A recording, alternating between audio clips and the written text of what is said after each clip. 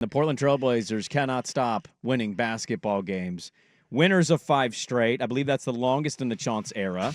And they've won. No, wait, can you stop?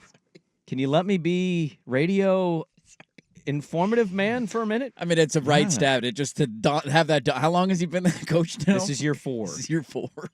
It's the longest winning streak of his career. Okay, all right. Let's give him some flowers. I think we should bring him back next year. I don't need the Blazers on my bat landline again. Complaining about you. He's winning at this level. Why are we not bringing him back? He's getting all the young guys. We got vets. They're gelling. Why are we not bringing him back next year? Making a push for the play-in. Winners of 9 of 10, including thumping. I mean, absolutely pummeling the Indiana Pacers last night. Pacers made it interesting late in the third. I did miss the whole second quarter. The end of the first, and I'd say 82% of the third. I had basketball practice, 7:45 to 8:45. It's going to happen. But I was listening because, shout out Roger, always got the radio on at basketball practice. Way to go, Roger. And so I was listening to Demers call the game, heard what was happening, got home, watched the whole fourth quarter, and Tyrese Halliburton shot 3 times. Toumani Camara, either he was exhausted from his Salt Lake trip, or Toumani Camara really scared him. He scored 0 points. And Scoot Henderson had himself a nice little game off of the bench. He had 17 points, 8 boards, 5 assists. Shaedon Sharpe, a great game off the bench. 17 points. Anthony Simons had 22, and Toumani Camara with 13 and 7, and Jeremy Grant with 20 points as the Trailblazers continue their winning ways. They're now 22 and 29. That puts them on the over for the season of their win total. So congratulations. If you bet on the over. And the Trailblazers continue their great basketball play. I mean, it's just, at this point, let's keep going. Let's start planning the championship parade, the path that they're on. I don't think they're going to lose again the rest of the season. One of the bigger takeaways I did have from the game last night, and this is, a credit to Camara on the way that he can play defense, but also this has been kind of a season-long thing, and I just haven't watched a lot of Indiana Pacers basketball. What the hell happened to Halliburton? I just feel like I feel like last year he ascended to a point where we were putting him into conversations of this guy's one of the next great players in the league. Yeah, went on the Olympic team and everybody on the Olympic team, away. And it was like, oh, he's at that stature now, and he went to the in-season tournament. I can't remember who won the Lakers won, so I think he lost in the championship. They got the final though. Of that They're right, final, and he was hitting big shots, and that it felt like he was on that trajectory. And I know that his numbers aren't horrible necessarily from where they've been, but he has regressed, it feels like, in a lot of categories. Credit to Camara for the way he can play defense, and he had him locked up last night, but also to take 3 shots. He didn't guard him the entire game. Well, he seems to have disappeared. The first half of that game, it would very much look like 2 teams on the second game of a back-to-back. It was 80 to 70 late in the third quarter. It took the teams a while to get Well, Indiana never got going. Portland finally found a little juice there in the second half and went on the run and put it away. Yeah. Halliburton, by the way, in his last 5 games here, so dating back to January 25th, against the Spurs, he had 28.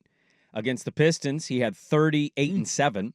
And then Atlanta, he had 17 and 9. And then Utah, he had 18 and 6. This is the second team, by the way, I want to say in 2 or 3 games.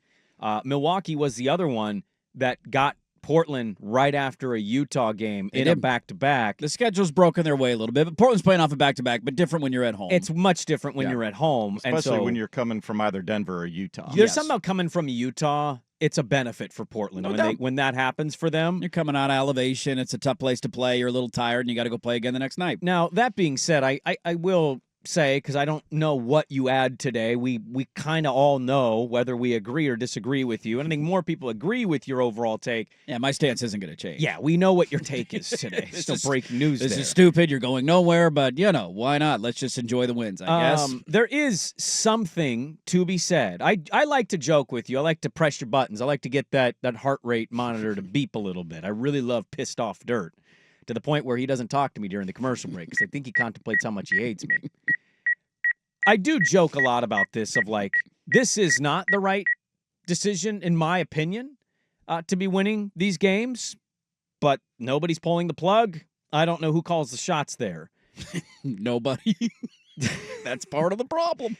I will say the Blazer fan that does punt on lottery stuff, and you can certainly have your opinion of how wrong that is, you do watch 6 minutes of that fourth quarter, and it's Scoot with a crazy save on a possession that leads to an ant shot that you're like, hell yeah. He hits a deep three. He hits a deep three and hits a deep three. They have these spurts in these games where no matter your opinion of it and how wrong or right it is, I can kind of understand being swept up in the moment. To Swag's point in the 6 a.m. hour, people that don't care about anything other than sports on, brain, watch. Entertainment television. Yeah, and there's no more deeper thought than that. No. That is the selling point of what this has at least been. And I think that's 25% at least of our fan base. I think there's a lot of people who don't really care about the bigger picture. They don't care about the long-term ramifications of anything.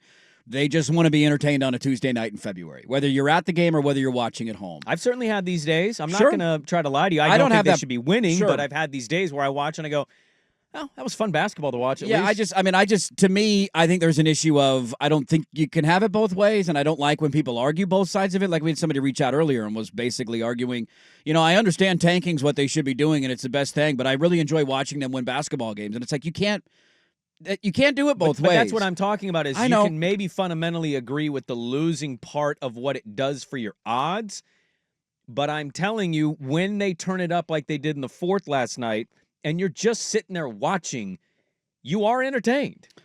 It doesn't mean it's right, but I think that's the point that person was trying to say is like, maybe they don't really mean that they want them to win all these games. But the takeaway is like, Scoot was good. Tamani's awesome. The ball movement was, how about DeAndre Ayton making a top of the paint or top of the 3-point line steal breakaway?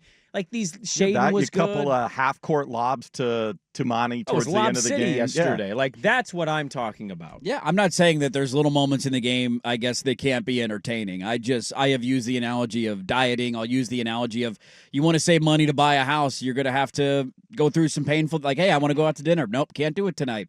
Hey, I want to go on a vacation. No, I can't do it tonight because I have a long-term goal in mind. And I just look at this, and the frustration comes from the fact that, one, you're still bringing your two young guards off the bench, and I will continue to reiterate that until that's no longer the case. And they're not going to trade their guys at the deadline, likely, and so this will be the case for probably the rest of the season. So that's awesome, and Scoot continues to play great basketball, and I'd love to see him run the entire show. I'm very happy to see this. Like, this kid seems confident. Dude, he's playing awesome basketball. Give me 45 minutes of this a night, for the love of God. Miller was a good passer in his career. He led the league, and he was right there at the top when he played, Andre. Scoot might be their best... He might be one of their best passers since Savas, to Without be honest a doubt. with you. I mean, he makes a nice... Nobody's had a... When's the last point guard we had a lob like that? It's been a minute, it feels like, at least. And this has led people... I mean, I made a comment earlier about the Spurs being in contention with Wemby, and somebody's arguing, well, how could you say that the Spurs are in contention? They're only a game ahead of the Blazers in the standings. Like, dude... If you want to make a bet and you want to buy a stock over the next 5 years and you're going to buy Blazer stock over Spurs stock, I will bet you every day of the week over who's in title contention first. Victor Wembanyama's a generational talent that's one of the new faces of the NBA, and that's not even a debate in my mind. And so a lot of this to me comes back to I had a really frustrating time as a fan during the Dame era where it felt like they were a good team. They were entertaining. They'd win games. Dame would have nights. But largely, we knew where their lot was in the NBA. We knew their lot was a 6 seed, 7 seed, or 8 seed. You're going to lose in the first round of the playoffs because that's the lot that you've chosen. And they never really took a gamble to go one direction or the other. And the only encouraging thing that I had in the post-Dame era was that, hey, at least we're going to try that way. At least we're going to try and bottom out, see if we can get a generational talent in here. It doesn't mean if you get the 11th overall pick, you can't get a generational talent. It doesn't mean if you get the 11th worst odds. History would say that's not. It's not very likely, but hey, it's not a 0% chance if you want to be that optimistic Blazer homer. It's also not a 0% chance you can't get the number 1 overall pick. It's a very slim chance, but it's not a 0% chance. So you want to be that optimistic homer, go ahead. I just, when this turns into repetitive playoff losses or competing or being in that middle ground where you don't want to be, you're not going to hurt me anymore. I'm going to chuckle at every time they win a game the rest of the season. I clearly disagree with the direction that this thing is going. I understand, I guess, that some fans want to be entertained on a Tuesday night. I just could not disagree with you more and have the bigger picture in mind of what do you want to be as an organization? Do you want to be an organization that competes at the highest level, or do you want to have fun on a Tuesday? If you want to have fun on a Tuesday, that's fine, but that's not the fan base I want.